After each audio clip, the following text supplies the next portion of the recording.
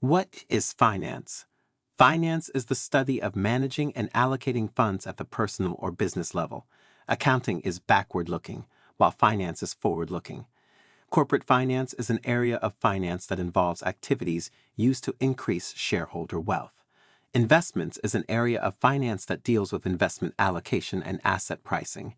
Financial institutions is an area of finance that involves organizations that accept deposits, offer investment products, loan money, or broker financial transactions. Goals and applications of finance in both personal finance and business finance.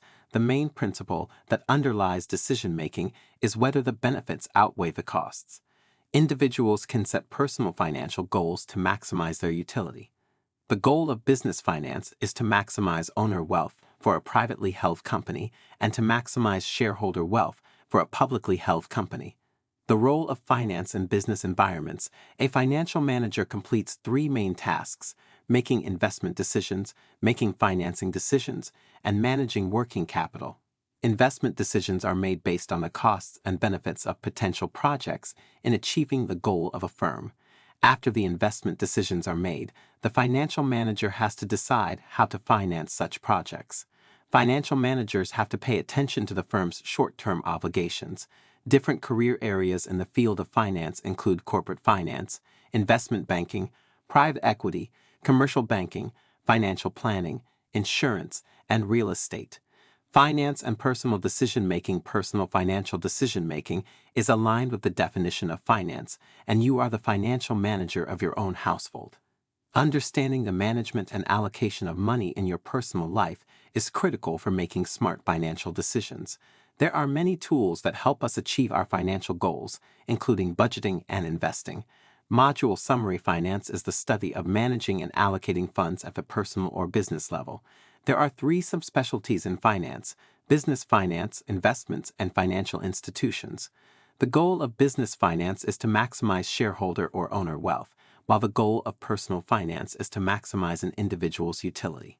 Different careers in finance include commercial banking, corporate finance, financial planning, insurance, investment banking, and private equity.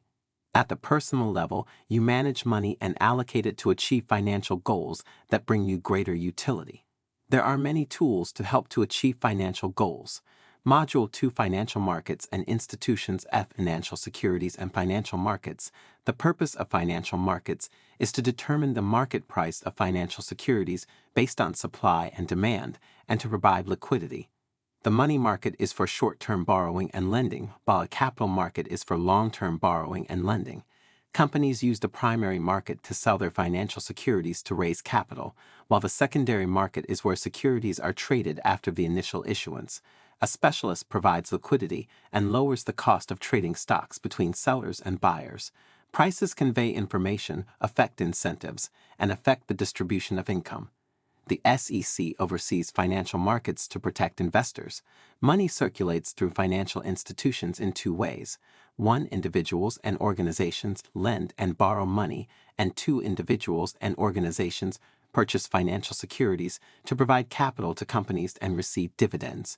There are several major types of financial institutions: depository institutions, non-depository institutions, and securities and investment firms. Each type of financial institution plays a role in circulating money through the economy. The roles of financial institutions. Financial institutions provide financial services including but not limited to accepting deposits, offering loans, and managing investments. The 7 primary financial institutions include central banks, banks and credit unions, insurance companies, mutual funds, pension funds, investment banks, and private equity. Major economic indicators. Leading indicators change before the economy changes and include yield curve and stock market return. Lagging indicators change after the economy changes and include unemployment rate and CPI. Coincident indicators are collected and analyzed as economic shifts happen and include GDP and personal income. Both financial markets and financial institutions influence and are influenced by these key indicators. Module Summary. 3 major types of financial securities are treasuries, corporate bonds, and stocks. In general, The purpose of financial markets is to determine prices of financial securities and provide liquidity for investors. The prices determined by the market carry information, affect incentives, and affect the distribution of income. Financial institutions circulate money by providing financial services such as accepting deposits, offering loans, and managing investments. Economic indicators have different roles and information sets and are used to assess the state of the macroeconomy. Business finance, ethics in finance, ethical, legal, and moral and ethical action is based on accepted standards of conduct. A moral action is based on a person's sense of right and wrong or good and bad. A legal action follows the laws and rules set by an authority. Lesson 10. Ethical dilemmas in finance ethics is important for maintaining integrity in personal finance and for enhancing performance and promoting efficient markets in the world of corporate finance. An ethical dilemma is an issue in the process of deciding between multiple options where no option is completely acceptable from an ethical standpoint. Solely focusing on maximizing profit may lead to unethical actions. Ethical conflicts. Financial managers, shareholders, and bondholders have different roles, incentives, and interests in a corporation, which can sometimes lead to conflicts of interest. In an agency problem, management does not act in the best interest of the owners of a firm. When making ethical decisions, first identify and define the problem. Next, evaluate the different courses of actions you can take based on ethical and legal guidelines. Then consider the consequences that each of these actions might have. Finally, move forward with the course of action you feel is ethical and best for the situation. Module summary. Reflect on the lessons you learned in this module. Ethics refers to accepted standards of conduct. Morals reflect one's beliefs about right and wrong. And legal means following the laws and rules set by an authority. An ethical dilemma is an issue in the process of deciding between multiple options where no option seems acceptable from an ethical standpoint. Ethical dilemmas are often the result of greediness. An agency problem happens when there are conflicts of interest between two parties with different responsibilities. When a conflict of interest arises, first attempt to understand the conflict, and then identify alternative courses of actions based on ethical standards. Unit summary. In this unit, you have gotten a broad overview of finance. Finance is everywhere in both your personal life and professional environments. As the definition of finance suggests, you manage and allocate the money that is available to you to achieve goals. For businesses, the goal is to maximize owner wealth, and for individuals, the goal is to maximize one's utility. The three subspecialties of finance are business finance, investments, and financial institutions, and each plays different roles. Financial managers make investment decisions, make financing decisions, and manage working capital in order to maximize owner wealth. Investment managers help their clients achieve their financial goals by investing money in different assets. Financial institutions circulate money in the economy.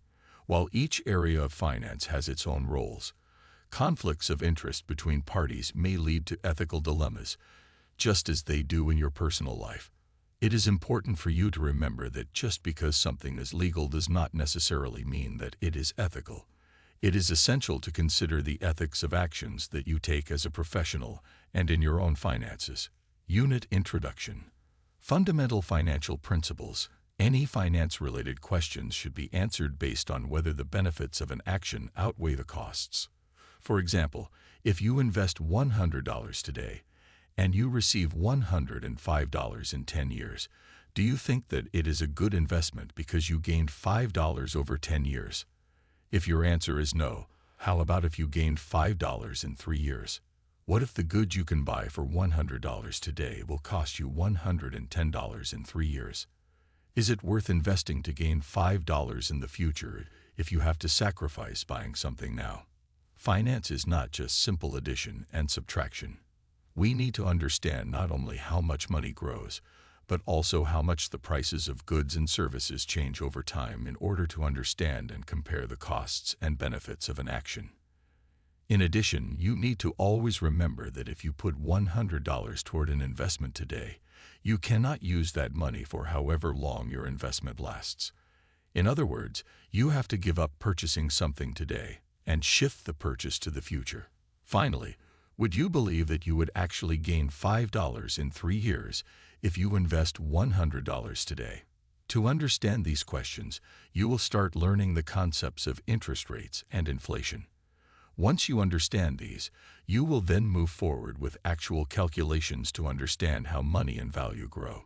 Finally, you will learn the concepts of risk and return and talk about the relationship between the two.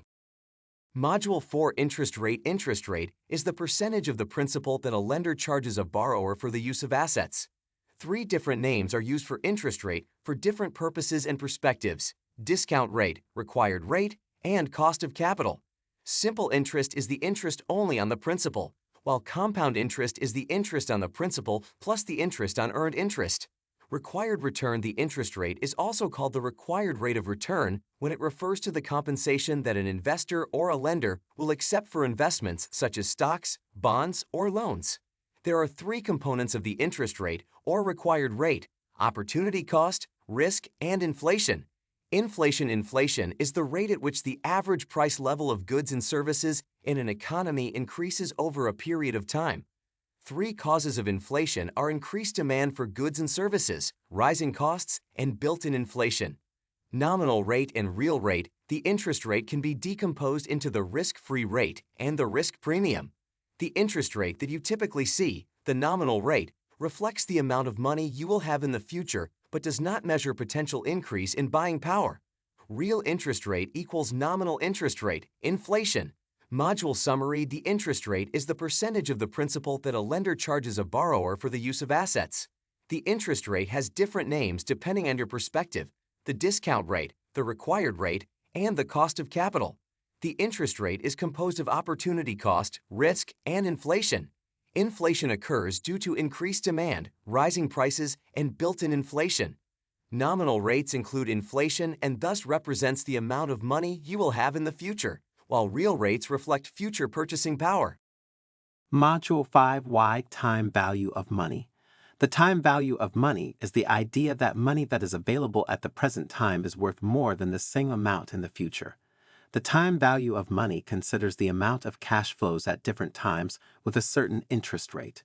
Present values and future values are relative to other cash flows.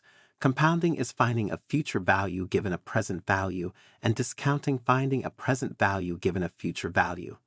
Annuities are equally spaced cash flows of equal amounts. There are 3 types of annuities: ordinary annuities, annuities to, and perpetuities. You learned about Excel functions used for TVM calculations and the input variables for those functions. Time value of money and decision-making. The time value of money influences both business and personal decision-making. Because of TVM, the break-even amount for an investment is not comparable to the actual dollar amount you receive over the period of the investment. The longer the period for a loan or mortgage, the higher the interest rate charged, thus increasing the total payment of interest on the loan or mortgage. Time value of money in Excel. The effect of compounding interest occurs because interest is calculated based on not only the principal, but also earned interest. You learned how to use Excel functions to find the FV or a PV of a single sum of cash given an interest rate. You learned how to find the FV and PV of annuities. You learned how to use 3 other functions in Excel: PMT, R8, and NPR. You learned how the NPB and IRR functions can be used to calculate the PV and the rate of return of uneven cash flows, respectively. Module summary: reflect on the lessons you learned in this module. 6 interest rates play a role in the time value of money due to the effects of compounding. The time value of money is the concept that the value of money today is more than the value of the same amount of money in the future. You learned how to use PV, FV, RAT, NPR, PMT, NPV, and IRR functions in Excel. Using the skills you have learned, you can now answer questions like this: how much do I need to save today to make a down payment on a house in 10 years at a 3% interest rate? If you want to have at least a down payment of $25,000 at the end of 10 years, you would need to save $18,602.35 today. How much will I have in 5 years if I invest $5,000 today with a 5% interest rate? In 5 years, you have $6,381.41. How much will I have if I invest $3,000 a year until I retire in 30 years if I can earn 6% a year? When you retire, you will have saved $237,174.56. Return a return is the money gained or lost on an investment over a certain period of time. A holding period return is the return over the entire period that an investor owns a financial security. An expected return uses expectational data to calculate a hypothesized estimate of future prices or returns. Risk is the possibility that the realized or actual return will differ from our expected return. Risk can be decomposed into systematic risk and firm-specific risk. There are different types of risk, and you learned about 3 in particular: interest rate risk, default risk, and price risk. Risk management risk reduction techniques help reduce the amount of risk a person is exposed to by taking a particular action. The power of diversification is that firm-specific risk can be diversified away as you add more assets into your portfolio. Diversification only decreases risk up to a certain point, at which there is market risk that cannot be diversified away. The key trade-off: different firms have different levels of systematic risk. The capital asset pricing model shows the trade-off between risk and return. The higher the systematic risk an asset has, the higher the expected return. Higher return financial securities typically have greater uncertainty in returns.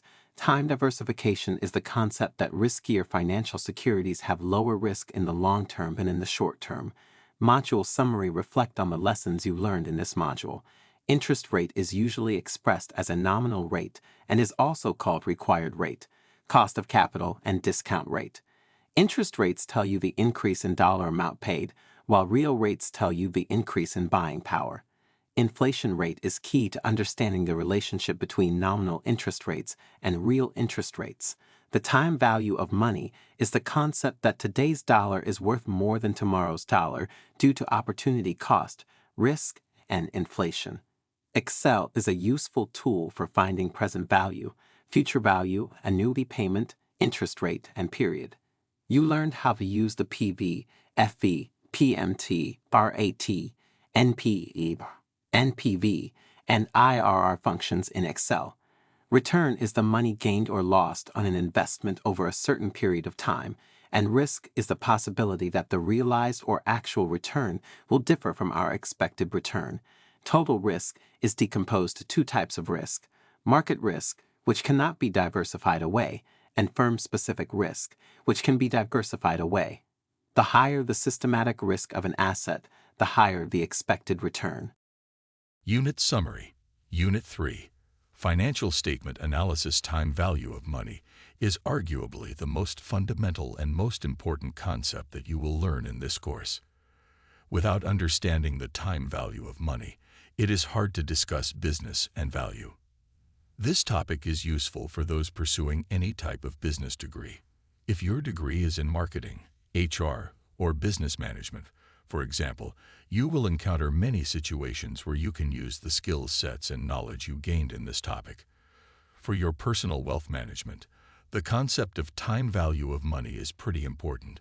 Learning this concept helps you understand how loans work and how to plan your retirement.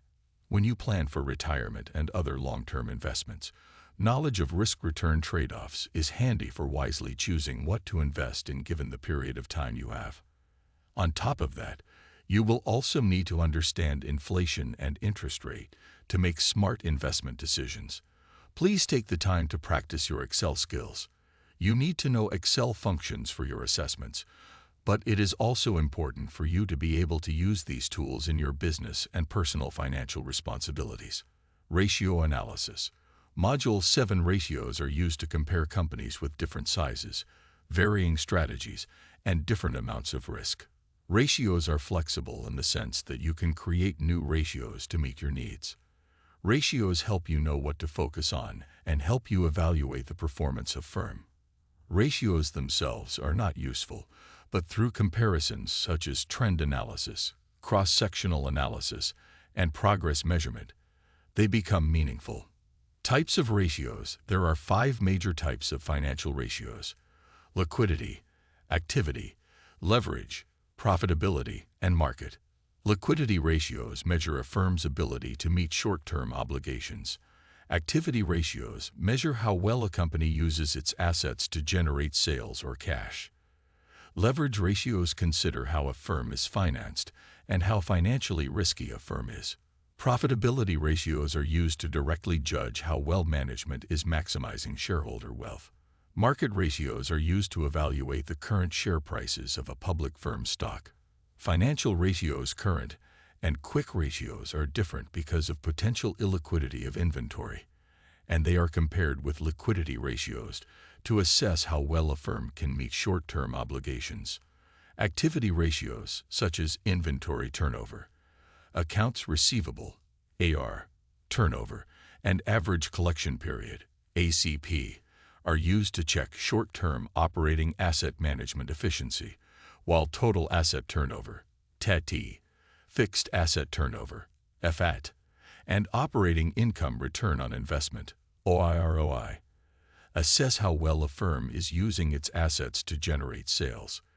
The debt ratio tells us the capital structure of a firm, while times interest earned, TIE, is used to assess a firm's ability to pay interest and long-term obligations.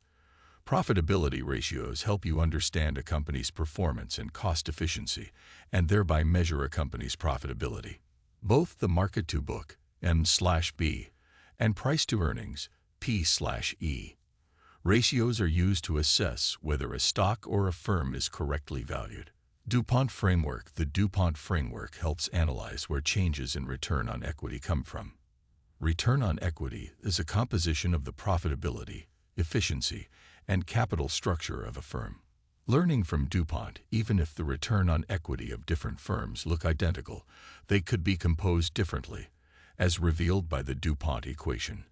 Understanding the components that make up the return on equity, such as the profitability, activity, and financing components represented by the DuPont framework, can help reveal what is driving the return on equity for a firm. Module summary. Reflect on the lessons you learned in this module.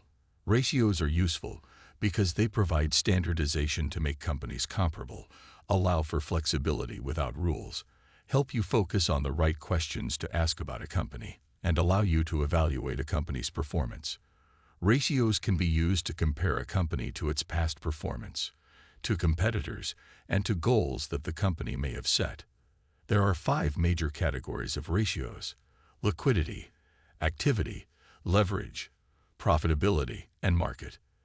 The decomposition of the DuPont framework breaks down the return on equity into the net margin, total asset turnover, and leverage multiplier to show where profitability is coming from. Unit summary. In this unit, you explored ratio analysis. Ratios are useful from different perspectives. For example, if you are an investor in a company and you are concerned about slow performance, you can calculate profitability ratios along with DuPont framework to see if the company's profitability is slowing down and triggering the slowdown of stock performance. The ratios can reveal enough information for you to think about what would happen if there were more competition in the industry, or if the industry were hit by a cost hike that could not be avoided. As the financial manager of a company, you can use ratios to help you understand the financial position of the company. Companies often set goals to achieve that can be described by ratios. Simple comparison between the company's current position and its goals can help you understand the progress that the firm has made and identify what improvements the firm may be able to make to achieve those goals. The ratios introduced here have focused mainly on business, but you can implement ratios in your personal finances as well. You can perhaps calculate ratios of different categories of expenses to understand where you spend your income and see if you can reduce spending in those categories to allocate the money somewhere else. You could also calculate a ratio of cash to credit card loans to make sure you have enough cash reserve to meet your short-term obligations. While you were only given a brief introduction to ratios, you should be able to expand the idea of ratios into your life beyond this course. Unit 5, the financial manager of a firm, has 3 main tasks: making investment decisions, making financing decisions, and managing working capital. The first 2 tasks are related to long-term investment and cash flows, while the last is related to short-term cash flow management. What tools are available to help you make strategic decisions on cash management and to make financing decisions that will maximize owner wealth? For short-term cash management at both the business and personal levels, budgeting is an essential tool used to manage and forecast future cash needs and receipts. This tool helps you understand cash inflows and outflows so that you can live within your means and save for future needs. At the personal level, you need to make sure that you do not spend more than the amount of money you earn. At the business level, a company has to make sure that it has enough cash on reserve from month to month, or else it will need to take out a short-term loan from the bank. In this unit, you are going to learn about the importance of cash budgeting and the steps to construct a cash budget in a business. You will also apply cash budgeting to personal finance. For long-term investment and financing needs, you can use a tool called financial forecasting. This tool allows a firm to project future asset needs and understand how wide a gap there is to fill between the asset side and the financing side of the balance sheet. You will learn about financial forecasting using the percent of sales method to estimate future assets and financing needs in the long term. Module 8, Introduction to Budgeting. Budgeting is used to forecast future events, and it focuses on a specific time period in the short term of a few months up to a year. 3 major uses of budgeting are to predict future financing needs, to provide a basis or corrective action, and to provide information for performance evaluation. 6 key principles of budgeting personal finance are: 1. Know yourself. 2. Understand the key areas of savings, income, and expenses. 3. Develop savings, income, and expense strategies. 4. Keep records. 5. Use a method that meets your needs and objectives. And 6. Eliminate consumer debt and minimize long-term debt. Steps to create a cash budget. Cash budgeting in a business involves determining cash inflows, estimating cash outflows, and creating a budget plan. While the basic steps for budgeting in personal and business finance are the same, personal budgeting involves understanding financial goals, tracking cash flows, developing a plan, trying out the plan, and then making necessary adjustments. Items included in budget construction: cash receipts include cash sales and the collected portion of accounts receivable for businesses and include salary or wages for individuals. Cash disbursements may be for suppliers of materials, interest, taxes, and so on for businesses. For individuals, cash disbursements come from day-to-day expenditures such as groceries, gas, and insurance. For both businesses and individuals, understanding cash receipts and disbursements help you know when you need to take out loans and make loan payments. Tracking, monitoring, and revising a budget. Tracking is the process of recording cash flows. Methods of tracking a budget include the envelope method, spreadsheets, and software. Monitoring does not just mean checking to make sure that you are not overspending, but also analyzing data and looking for any alarming patterns. Revisions come after a careful analysis of a budget and should be implemented gradually to make sure that the changes are working. Module summary: reflect on the lessons you learned in this module. Cash budgeting is used for short-term financial forecasting, and it is useful for keeping track of cash flows and negotiating with lenders such as banks and credit unions. Budgeting is especially useful for understanding future financing needs, planning corrective actions, and doing performance evaluations. The basic steps of cash budgeting are: 1. Determine cash inflows. 2. Estimate cash outflows. And 3. Create a budget plan. Tracking, monitoring, and revising the budget are all necessary to make informed changes to your budget and reach your financial goals. Financial forecasting. Module 9, Financial Forecasting, helps us understand the implications of today's decisions on future performance. DFN is the additional financing needed given a firm's expectations for future growth, and finding DFN is one of the most important aspects of forecasting. Forecasting requires a number of assumptions, and the analyst needs to be careful with these assumptions, or else the forecast will be inaccurate. Goals of financial planning. Financial forecasting uncovers important linkages given that expected actions are taken. Accounts that vary proportionally with sales are called spontaneous accounts. Accounts that do not vary proportionally with sales but are decided upon by management are called discretionary accounts. The percent of sales method. Determining financing needs from a sales forecast. Pro forma statements are projected estimates of a company's financial statements for a future period. The percent of sales method uses a sales forecast along with historical relationships between sales and other variables to produce pro forma financial statements.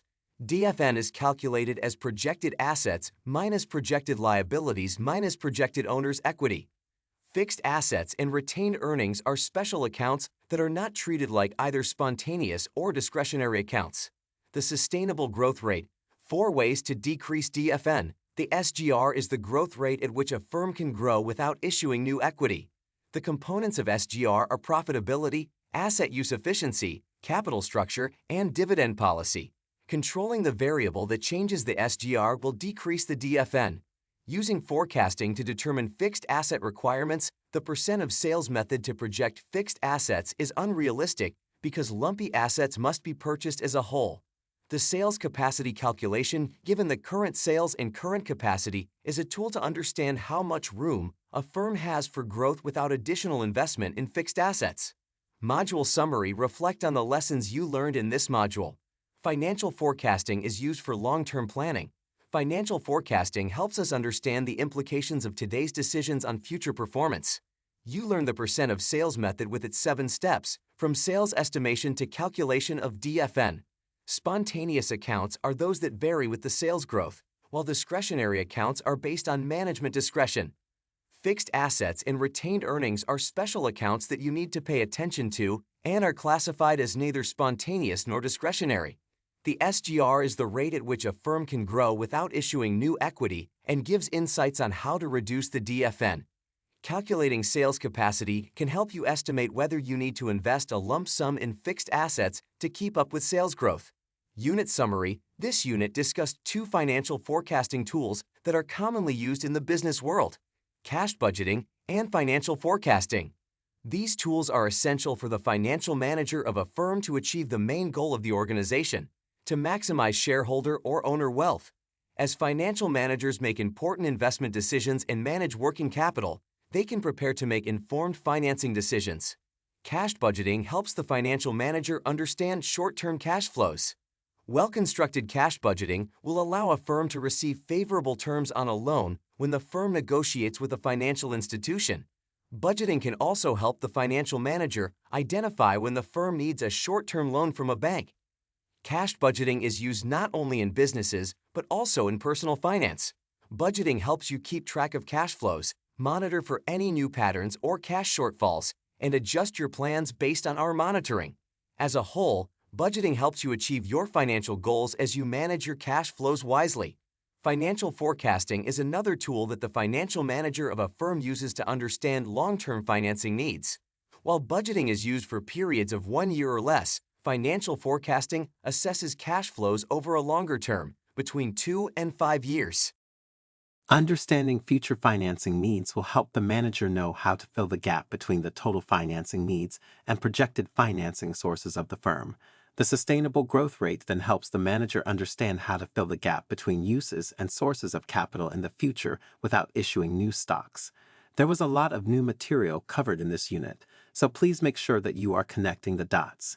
If you can think of why questions and determine the answers to them, you can connect seemingly abstract ideas to flow together. For example, you might ask, why do spontaneous accounts vary with sales growth? Thinking through the answers to questions like this will help you understand, rather than just memorize this material. Unit 5 Introduction. Financial decision-making in finance. It is often said that cash is king. This is simply because having cash inflows creates more opportunities for investment, which create more value for a company. This is why cash and cash flows are a main focus in finance. Suppose that you are interested in real estate and you are thinking about building an apartment complex on some property you own near a university. How would you know if it's a good idea? How big of an apartment complex would you build if there were few constraints in terms of local laws and regulations? How would you decide how many tenants could live in each apartment and how much to charge for rent? Generally, You would probably try to estimate how much money per year you could earn by renting out apartments in your complex. You might hope for the complex to be 100% occupied all the time, but you would probably need to study the market to determine the average occupancy of properties similar to yours. On top of that, you would have to estimate the maintenance cost of the complex. Since your property is close to a university, you might consider furnishing the apartments and charging higher rent, but furnished apartments also cost more to maintain. You may need to consider other alternatives that you would have to give up if you were to build the complex. Where else could you invest your money? One other thing to consider is the borrowing cost. In order to build a new apartment complex, you will have to take out a loan from the bank to finance your project. How much will the bank charge you in interest on the loan? The bank will probably assess the feasibility of your plan, the market interest rates, the interest rates of comparable projects, and so on to determine the interest rate.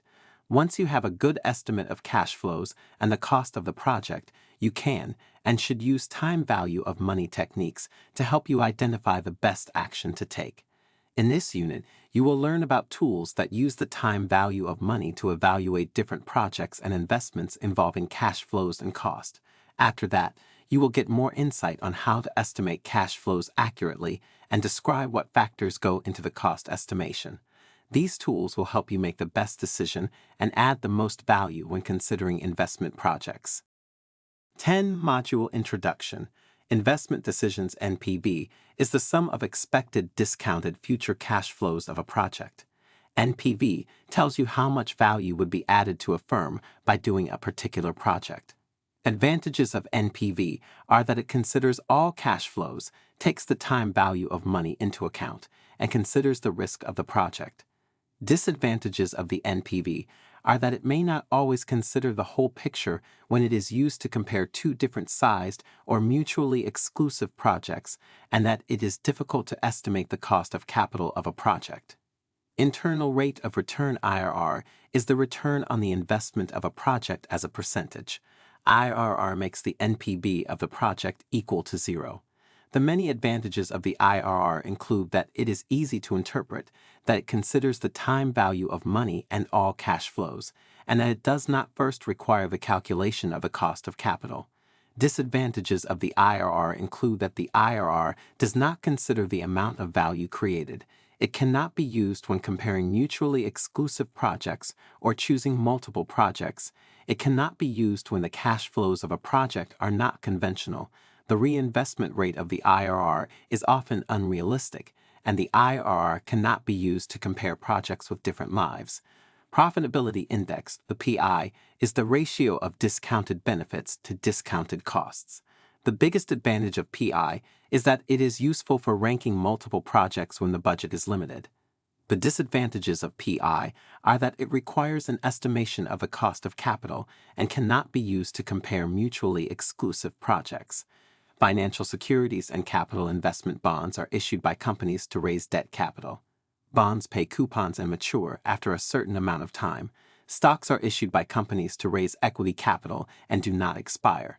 They pay dividends and give owners certain ownership rights in a company, such as the right to residual claims. Common stock represents equity in a company, has variable dividends, and confers voting rights on shareholders. Preferred stock is a hybrid security that has fixed payments and does not confer voting rights on shareholders. Capital investment is a sum of money that a firm raises to invest in long-term projects to achieve its objective of maximizing shareholder wealth. Financial security valuation and capital investment. Module 11 Introduction. Capital investment decisions, important attributes of capital budgeting. An ideal evaluation method for capital investment considers three things: all the cash flows in the project, the timing of cash flows, and the cost of capital or risk of the project. In most cases, you should use NPV as the primary method and use the other methods to supplement when making capital investment decisions. If there are capital constraints when choosing multiple projects, use the PI to rank the projects and then decide which projects to do based on the PI ranking. Time value of money and capital investment time value of money can help firms and individuals compare the relative value of projects of varying scope, size, and duration, including different capital investment opportunities. If the present value of the benefits of a capital investment exceeds the present value of the cost of the investment, then it will add value to the firm and shareholders. Cost of capital and capital investment. The investors in a firm have different required rates of return based on what type of security they invest in: bonds, preferred stocks, or common stocks. The required rate of return for the investors is the cost of capital to the firm, or the cost of raising cash for capital investment. Even if projects are seemingly the same, each project has different inherent risks that change the cost of capital to the firm. Capital raised by debt, such as mortgages and bonds, have tax shields, but they do not produce an optimal capital structure for the firm. Cash flow estimation in capital investment. Incremental cash flows should be included when estimating cash flows of a project. Incidental cash flows are a type of incremental cash flow that are indirectly created by a project, but are not explicit revenues or costs. Opportunity cost should also be accounted for in capital budgeting for a capital investment, because a company loses its ability to use the same assets somewhere else. Some costs are the costs that have already been incurred and are irrelevant to the project evaluation. Module summary for the capital budgeting process of capital investment. It is essential to consider the time value of money, the risk of a project, and all the cash flows of a project to evaluate whether the project is worthwhile. The NPV should be used as the primary tool to evaluate projects in conjunction with other capital budgeting criteria that give supplemental information. The PDI is useful to evaluate competing, non-mutually exclusive projects with budget constraints. The time value of money accounts for the opportunity cost of capital investment by making sure that the values of cash flows received at different times are comparable. The cost of capital accounts for the risk of a project, because investors demand a certain required rate of return on their investment, given the level of risk they have to take. It is essential to include incremental cash flows and opportunity costs, but not sum costs, to correctly derive the capital budgeting criteria and make a decision. Unit summary. In this unit, you learned about different forms of investment. You also discussed valuation and evaluation methods with tools that incorporate the time value of money, the cost of capital risk, and the future cash flows of potential investments. For bond securities, the future cash flows are coupon payments for the life of the bond and the par value of the bond at the end of the term. These cash flows are discounted at the LITM, which is the required rate of return for the bondholders and the cost of capital for the firm, to find the value of the bond. Similarly, a stock's future dividends are estimated rather than fixed, and we discount the dividends with the required rate of stockholders to value the stock. Finally, capital investment requires careful evaluation of cash flows and careful estimation of the cost of capital, given the investor's required rate of return, which is based on the risk that they have to take. To solidify what you have learned, review key terms and think of real-world scenarios to which you can apply the concepts taught in this unit. Also, review the concepts of NPV, IRR, and PI so that you can apply them in the context of capital investment and capital budgeting.